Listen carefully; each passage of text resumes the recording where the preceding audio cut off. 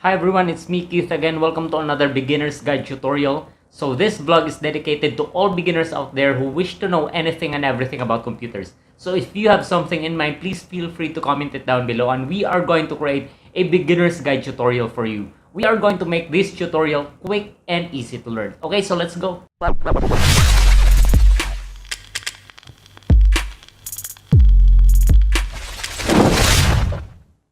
Okay, this time we are going to create the grading sheet idea of Microsoft Excel. Now here are the topics that we are going to cover. So we have perform automated numbering with text format, concatenation function, constant cell values, average function, logical statement if, conditional formatting with highlighting cells, rules, and creating a report for future date. Let's start with perform automated numbering with text format. Now, as you have noticed, if ever I'm going to type like the enrollee number for each of the student, let's say 0001, it will only appear 1 in there. So if you want to appear or make the 3 zeros appear, so I'm just going to delete this one. I'm going to go back to home, then highlight these areas right here. Instead of general, I'm going to change that one to text. There. So I'm going to type 3 zeros and 1. There you go. So it works.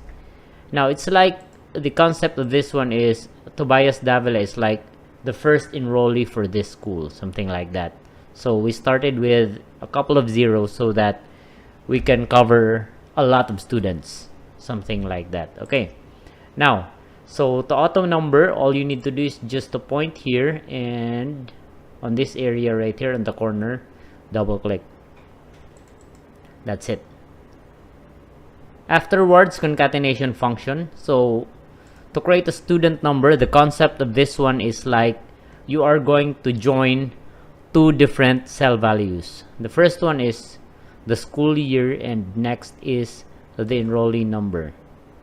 So to do that, I'm going to press equals, then type concatenate. Okay, concatenate will do.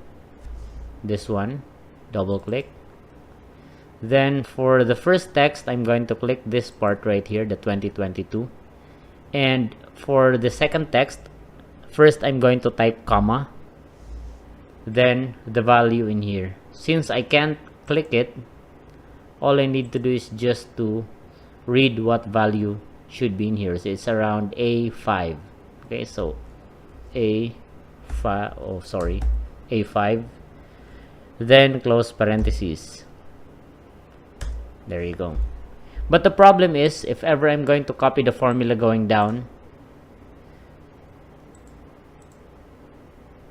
the formula here, what you are seeing is C3, but when you reach here, it's C4, and we don't want the second cell to go down, only the first, or the first cell to go down. We don't want the first cell to go down because it should remain on C3. So what we're going to do is to lock C3. So to do that, I'm just going to place some sort of a $sign in between C and number 3, so that if ever we are going to copy the formula downwards, only A5 is going to go down and C3 will be locked on its place. Okay, so let's try it. Double click here. There you go. Okay, so as you have noticed on the formula bar, C3 locked on its place, A6 is here, then A7, A8, and so on. Okay, so that is how you are going to create constant cell values. Up next is average function. For the average function, it will be in here in the subject grade. The usual way in getting the average is like equals the sum of all the values, which is this one, close parentheses, divided by the number of values, which is 4. Then you can get the average. Okay, but in Excel, you can do it something like this. Equals, type average, open parentheses, highlight these values right here, close parentheses, enter. Then we're done. Then double click. That's it. Okay. For the remarks, we're done with the average function. For the remarks, it's like we are going to record or provide comments if that student has passed or failed. So to do that, click on this area right here. Choose Insert Function. A new window will appear. I'm going to choose If. Click If, then click OK. On the logical test, we are going to test subject grade if it is passed or failed. So click on that area.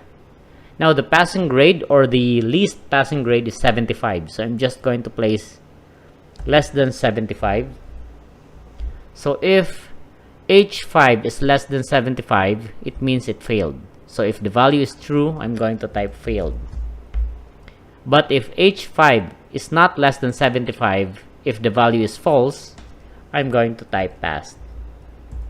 As simple as that. Then click OK. There you go. So it is stated in here that it passed. It's because it is not less than 75.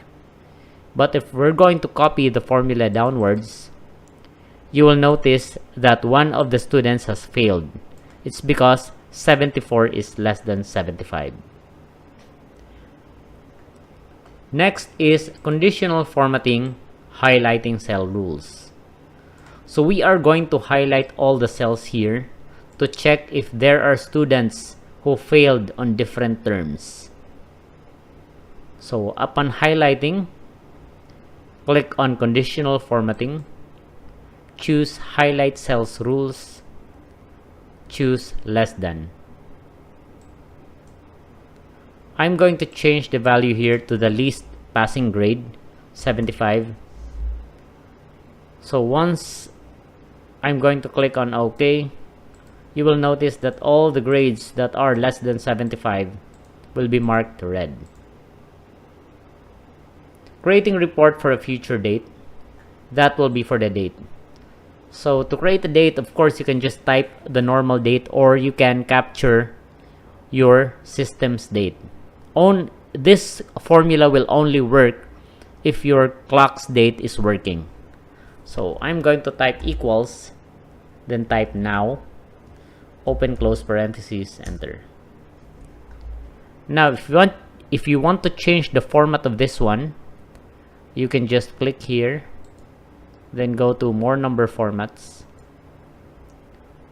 Then in here it is represented by 4Ms and 2D. So if you want to include the year, so you can just press comma and type 4Ys, 1, 2, 3, 4.